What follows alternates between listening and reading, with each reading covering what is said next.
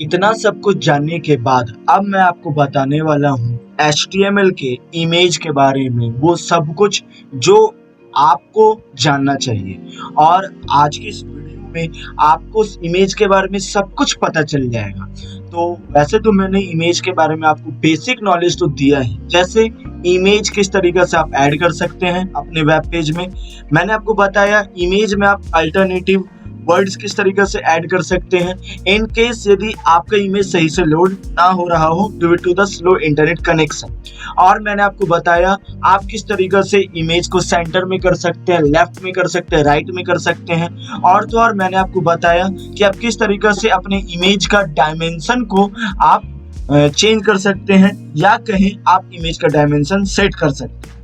तो इतना जानने के बाद मैं सोच रहा हूँ कि एक जो एडिटर है मैं उसको इंस्टॉल करके आपको बताऊं, क्योंकि जितना भी मैंने बताया वो सब नोटपैड में बताया, इसलिए मैंने नोटपैड का यूज करके बताया ताकि शुरुआत में आप लोग काफी ज्यादा फैमिलियर हो सके इस HTML के साथ। लेकिन एक बिगिनर के लिए मैं नोटपैड में सारा चीजों को बताया हूँ, तो आपको कंफर्टेबल हो सकता है इस लैंग्वेज के साथ, आप फ्रेंडली हो सकते हैं। लेकिन अब क्योंकि हम लोग काफी ज़्यादा फ्रेंडली हो गए 4-5 घंटे के बाद, तो अब मैं आपको बताने वाला हूँ एक नया एडिटर के बारे में, जिसमें कि हम लोग देखेंगे कि किस तरीके से HTML का जो है वो कोड किया जाता है। तो यहाँ मैं जो एडिटर यूज करने वाला हूँ उसका नाम है notepad plus plus. Notepad plus plus एक बहुत ही अच्छा आप कह सकते हैं एडिटर है। अब मैं आपको बताने वाला हूँ, यदि आपका इमेज किसी और टैब में हो, किसी और फोल्डर में हो, तो आप किस तरीके से उस इमेज को आप सिंपली अपने वेबसाइट में ऐड कर सकते हैं, अपने डॉक्यूमेंट में ऐड कर सकते हैं। जैसे कि आपको मालूम है कि ये जो बिल गेट्स का इमेज था जो अभी मेरा इस लोकेश नाम का फोल्डर में है, वो पहले अलग था। तो मैंने बड़ा सिंपल से आपको ऐड करना सिखाया। billgates.jpg आप लिख दीजिए SRC के अंदर में, आप बड़े आसानी से इमेज को ऐड कर सकते हैं। बट इन केस आपका इमेज किसी फोल्डर के अंदर रहा तो उसको ऐड करने के लिए रूल बड़ा सिंपल है, बस आपको कुछ नहीं करना है। यहाँ पर जो कुछ भी आप, जैसे मैं यहाँ पर नोटपैड प्लस प्लस का एडिटर खोल लेता हूँ और यहाँ बेसिकली मैं इसको बड़ा कर लेता हूँ, जूम कर लेता हूँ ताकि आपको दिख पाए। और यहाँ पर आपको जो भी स्केलेटन वगैरह देना है आप देते रहिए। HTML इतना क्रिएट करने के बाद मैं सिंपली एक हेडिंग क्रिएट करता हूँ H1 के नाम से। अब मैं यहाँ पर क्योंकि इमेज ऐड कर रहा हूँ तो एक पैराग्राफ भी ऐड कर देता हूँ। इसमें मैं आपको बताने वाला हूँ कि आप किस तरीके से इमेज ऐड कर सकते किसी दूसरा फोल्डर से। तो ये हो गया हम लोग का पैराग्राफ। अब पैराग्राफ में मैं आपको बताने वाला हूँ कि किस तरीके से इमेज ऐड कर सकते हैं। तो आपको तो मैंने आपको बताया img टैग का यूज करना है और यहाँ पर आपको SRC के अंदर अपने फोल्डर का नाम सबसे पहले, तो आइए फोल्डर का नाम क्या है देख लेते हैं। फोल्डर का नाम लोकेश है, जैसा कि आप देख सकते हैं। आपको यहाँ पर सबसे पहले अपने फोल्डर का नाम, उसके बाद एक फॉरवर्ड स्लैश लगाना है। इसका मतलब इस फोल्डर में है। आप फॉरवर्ड स्लैश का मतलब समझ सकते हैं कि उसके अंदर है। इस अब लोकेश नाम का फोल्डर के अंदर क्या है, तो ये इमेज है जिसका नाम है बिल गेट्स। इसका प्रॉपर्टी जाके चेक कीजिए, इसका एक्सटेंशन क्या लगाना है, तो .jpg। तो यहाँ पर आपको इतना बस इंफॉर्मेशन पता करना है, उसके अनुसार से आपको यहाँ पर लिख देना है बिल, और यदि स्पेस है तो स्पेस लगाइए billgates.jpg और फिर इसे सेव कर लीजिए। और कुछ आपको डायमेंशन वगैरह लगाना है तो डायमेंशन वगैरह लगा दीजिए। इमेज टैग तो बंद होता नहीं है, आप इसे सेव कीजिए। अब मैं इसे आपको रन करके, आप सेव करने के लिए आपको बड़ा सिंपल है, यहाँ पर जाइए फाइल पर, सेव एज पर जाइए और जिस तरीके से नोटपैड में सेव कर दे वैसे ही सेव कर सकते हैं। तो यहाँ देख सकते हैं ये new1 नाम से मैंने बनाया है। तो आप देख सकते हैं कुछ इस तरीके से आपका इमेज जो है वो दिखता है।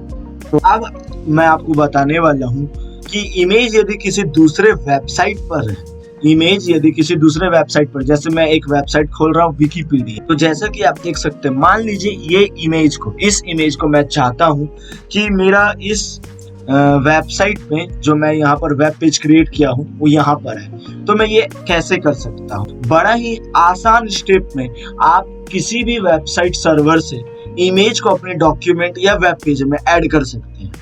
इसके लिए आपको क्या करना हो, लेट सपोज मैं इस वाली इमेज को अपने वेब पेज में ऐड करना चाहता हूँ। तो इसके लिए आपको क्या करना होगा, सबसे पहले आपको इस इमेज को दूसरे टैब पर खोलना है। आपको किसी दूसरे टैब पर खोलना है इस वाली इमेज को। उसका जैसे आप इमेज को दूसरे टैब पर खोलते हैं, आपको इस ऊपर वाली लिंक को पूरा कॉपी करना है। कॉपी करने के बाद यहाँ पर सोर्स में जो आप अपने फोल्डर का लिंक देते थे, यहाँ पर आपको उसका लिंक दे देना है।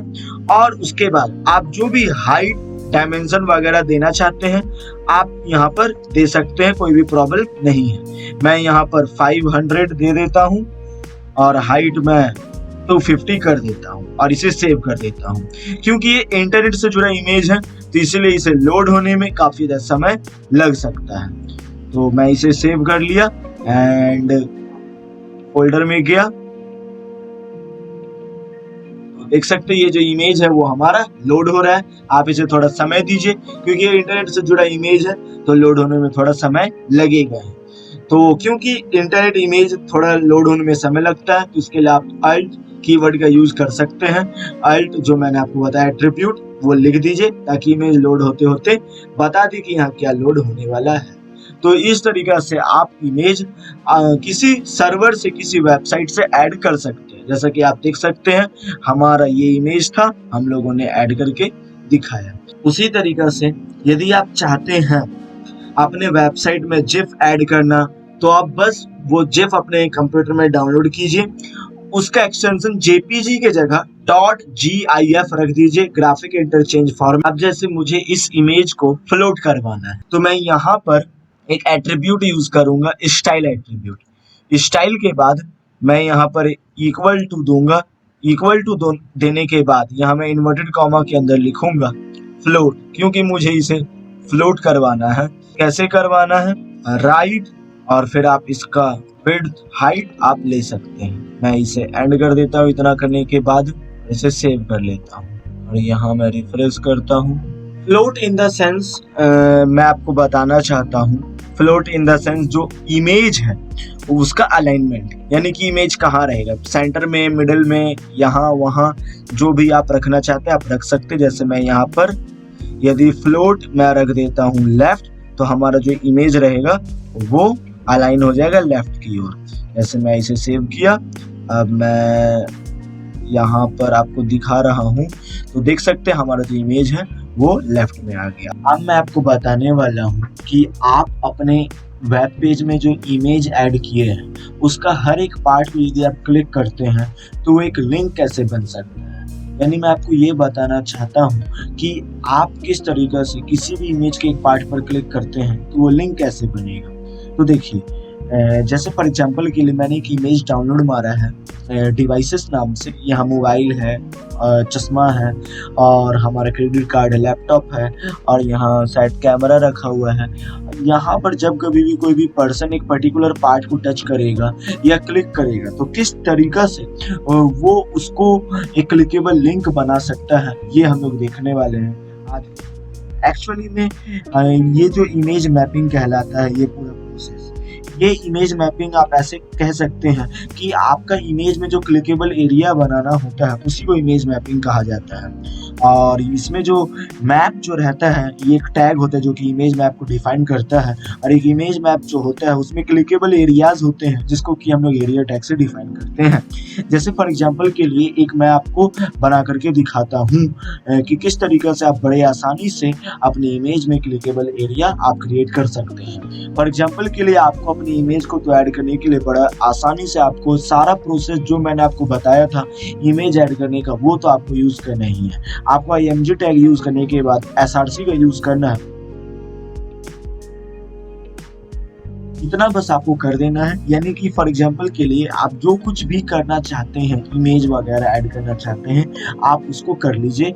आप कुछ अल्टरनेटिव वर्ड भी ऐड करना चाहते तो कर सकते हैं, लेकिन मैं इतना ही रहने देता हूँ। आपको बस क्योंकि आप इमेज मैपिंग कर रहे हैं तो आपको एक एक्स्ट्रा प्रॉपर्टी का यूज करना है। एक्चुअली में ये एक एट्रीब्यूट है, यूज मैप एट्रीब्यूट का यूज करना है। यहाँ पर यूज मैप एट्रीब्यूट एक्चुअली में बताता है कि आप किस तरीके से इमेज को मैप कर रहे हैं। इसका बहुत तरीका का मतलब एट्रीब्यूट आता है, यूज मैप, वर्क मैप, आप इमेज मैप ले सकते हैं। मैं यहाँ पर इमेज मैप ले रहा हूँ। कभी भी आप जो भी रखते हैं उसको इन्वर्टेड कॉमा के अंदर में और हैशटैग से इमेज मैपिंग को लिखा कीजिए, इमेज मैप। चलिए, इतना करने के बाद आपको सिंपली इसे इन्वर्टेड कॉमा के अंदर में रखना है और फिर इसे बंद कर देना है। तो ये हो गया हम लोग का इमेज ऐड। तो मैं यहाँ पर, ये हमारा इमेज है, जैसे कि आप देख सकते हैं हमारा इमेज तो ये लोडेड है। वेब पेज में कैसे लोड होगा मैं आपको वो दिखाता हूँ। इसे सेव नहीं किया हूँ, सेव कर लेता हूँ एंड फिर उसके बाद यहाँ मैं जाता हूँ। देख सकते हैं ये कुछ हमारा इस तरीका से इमेज जो है वो दिख रहा है। तो इस तरीका से आप बड़ा आसानी से इमेज ऐड कर सकते हैं। मैं इसका थोड़ा डायमेंशन और मैं बढ़ा देता हूँ, 1% कर देता हूँ एंड इसका जो मैं लेता हूँ यूज मैप, ये मैं करीब 350 कर दे रहा हूँ एंड सेव करके अब मैं इसे यहाँ पर इमेज दिखा रहा हूँ। तो कुछ ये इतना बड़ा दिख रहा है, तो ये अब क्योंकि छोटा उतना ज्यादा अच्छा लगता भी नहीं है। तो इस तरीका से हम लोगों ने इमेज ऐड किया। अब मैं चाहता हूँ कि कोई भी पर्सन जब इस मोबाइल पर क्लिक करे तो एक पर्टिकुलर लिंक पर जाए या फिर जिस पर भी आप भेजना चाहते हैं उस लिंक पर जाए। तो मैं यहाँ पर एक लिंक क्रिएट करना चाहता हूँ कि जब कभी कोई भी पर्सन इस मोबाइल पर क्लिक करे तो मेरे यूट्यूब चैनल पर जाए। तो इसको आप कैसे कर सकते हैं? देखिए, इसको करने के लिए सबसे पहले आपको क्या करना होगा, अपने कोड पर जाना होगा और यहाँ पर आपने जो भी यूज किया था अपना इमेज वगैरह ऐड करने का, वो तो आपने नहीं दिया। अब आपको एक मैपिंग करना होगा इसका और यहाँ पर आपको मैप शुरू करना है मैप के नाम से और यहाँ मैप नेम आप रख लीजिए। देखिए, मैप नेम आपको वही रखना है जो आपने यहाँ पर यूज मैप में रखा था, जो कि था हम लोगों का #image-map।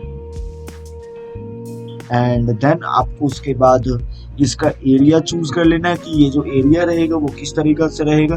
यानी कि बेसिकली आपको ये देखना है कि आपका जो इमेज का एरिया रहेगा वो रेक्टेंगुलर रहेगा, सर्कुलर रहेगा, यानी कि एक रेक्टेंगल के एरिया के अंदर में क्लिक करना है कि एक सर्कल के एरिया के अंदर में क्लिक करना है। मैं यहाँ एरिया चूज कर लेता हूँ। लेट्स सपोज मैं यहाँ एरिया शेप रख देता हूँ, एरिया शेप रेक्टेंगल। एंड फिर उसके बाद अब आपको यहाँ क्या करना है, आपको इसका कॉर्ड्स खोजना है, कोऑर्डिनेट्स खोजना है। इसका मतलब कि आपका इमेज जो है वो कितना दूर तक में आता है, आपका ये पूरा कोऑर्डिनेट्स इसमें आपको बताना है। जैसे ये हमारा इमेज है, मैं आपको दिखा दे रहा हूँ, ये गया हमारा इमेज। तो ये जो फोन है, क्योंकि मैं फोन को बस टारगेट कर रहा हूँ, इसके ऊपर कोई बंदा क्लिक करे तो ये लिंक को रिडायरेक्ट कर दे। तो इसका पूरा कोऑर्डिनेट मुझे पता करना है। तो मैं कोऑर्डिनेट कैसे पता कर सकता हूँ? देखिए, कोऑर्डिनेट पता करना बड़ा आसान सा है, आप गूगल पर भी इसे पता कर सकते हैं। जैसे इस इमेज में मैं कोऑर्डिनेट पता करना चाहता हूँ तो आप गूगल पर जाइए, यहाँ पर लिखिए इमेज कोऑर्डिनेट HTML, आप यहाँ पर ये लिखिए और फिर उसके बाद आपको ये वाला वेबसाइट पर जाना है और फिर यहाँ पर आपको अपना जो भी इमेज है ऐड करना, आप यहाँ पर वो इमेज ऐड कर दीजिए। जैसे ये हमारे डिवाइसेस वाला इमेज और उसके बाद फिर यहाँ पर आप एक डॉट लगाइए, फिर यहाँ से एक और डॉट लगाइए और फिर उसके बाद इसको पूरा सेलेक्ट कर लीजिए जहाँ तक आप करना चाहते हैं। यहाँ तक लोग क्लिक करें तो मेरे लिंक पर पहुंच जाए और उसके बाद आप शेप ले रहे रेक्टेंगल, उसके बाद आपको यहाँ पर शो मी द कोड पर क्लिक करना है। जैसे आप यहाँ शो मी द कोड पर क्लिक करते हैं ये आपका पूरा कोऑर्डिनेट जो है वो आ जाता है। तो आप इसे कॉपी कर लीजिए इस कोऑर्डिनेट्स को और फिर उसके बाद ये कोऑर्डिनेट जो है आप यहाँ पर पेस्ट कर दीजिए। तो आपको बड़ा आसानी से ये जो कोऑर्डिनेट्स हैं आपके इमेज के वो मिल जाएंगे। तो ये हो गया आपका इमेज का कोऑर्डिनेट्स। आप इस तरीका से रख सकते हैं। आप अल्टरनेटिंग में कुछ भी दे सकते हैं, जैसे अल्टरनेटिंग वर्ड में मतलब जैसे इमेज वगैरह लोड होने में थोड़ा समय लगा तो यूजर को आप बता सकते हैं ये जो इमेज है वो कैसा है। तो मैं यहाँ लिख देता हूँ अल्टरनेटिंग में माई डिवाइसेस लिख देता हूँ। एंड देन यहाँ पर आपको लिंक प्रोवाइड करना है कि कोई भी बंदा जब उस पर क्लिक करे तो वो किस लिंक पर पहुंचे। तो मैं यहाँ पर लिंक प्रोवाइड करने के लिए आपको मालूम है रेफ एट्रीब्यूट का यूज किया जाता है। आपको लिंक प्रोवाइड कर दीजिए। जैसे मैं यहाँ पर यूट्यूब का लिंक दे देता हूँ आपको एक्सप्लेन करने के लिए। आपको एब्सोल्यूट यूआरएल देना है। मैंने आपको बताया था एब्सोल्यूट यूआरएल क्या होता है। हो गया हम लोग का यूआरएल, यानी कि उस दायरे में जो भी क्लिकेबल एरिया जनरेट होगा उस पर यदि कोई क्लिक करेगा तो जिस एरिया पर हम लोग डायरेक्ट होंगे, जिस लिंक पर, वो यूट्यूब होगा। और इसे आप सेव कर लीजिए। बस इतना करना है। और फिर आप मैप को बंद कर दीजिए। मैप एरिया को यहाँ पर बंद कर दीजिए। जैसे मैं यहाँ पर कर देता हूँ मैप को बंद। ये हो गया हम लोग का मैप बंद। आप देख सकते हैं कुछ इस तरीका से हम लोगों का क्रिएट हो गया है। अब मैं इसे सेव करता हूँ एंड यहाँ पर मैं रन करता हूँ। देख सकते हैं जो इमेज है वो हमारा एक लिंक बन गया। इस पर कोई भी क्लिक करेगा तो बड़ा आसानी से हमारा एक यूट्यूब लिंक पर पहुंच जाए, या फिर जो भी आप लिंक देना चाहते हैं वहां पर पहुंच जाएगा। तो ये बेसिकली तरीका होता है अपने वेब पेज में एक इमेज मैप वाला बड़ा आसानी से क्लिक कर देना, क्लिकेबल एरिया बनाना। तो उम्मीद है आपको ये समझ में आया है कि आप किस तरीका से ये सारी चीजें कर सकते हैं। जैसे फॉर एग्जांपल के लिए आपने बहुत सारे डिवाइस ऐड किया है, या फिर कोई भी आप इमेज ऐड किया है जिसमें आप अलग अलग लोगों के बारे में बताना चाहते हैं, उनका इन्फॉर्मेशन लेट सपोज विकिपीडिया में ही है, तो आप उनका अलग अलग लिंक बना करके लोगों को रीडायरेक्ट कर सकते हैं यदि वो किसी भी रिस्पेक्टिव लोगों को जानना चाहे तो ये होता है हम लोगों के इमेज। उम्मीद है आपको ये समझ में आया होगा।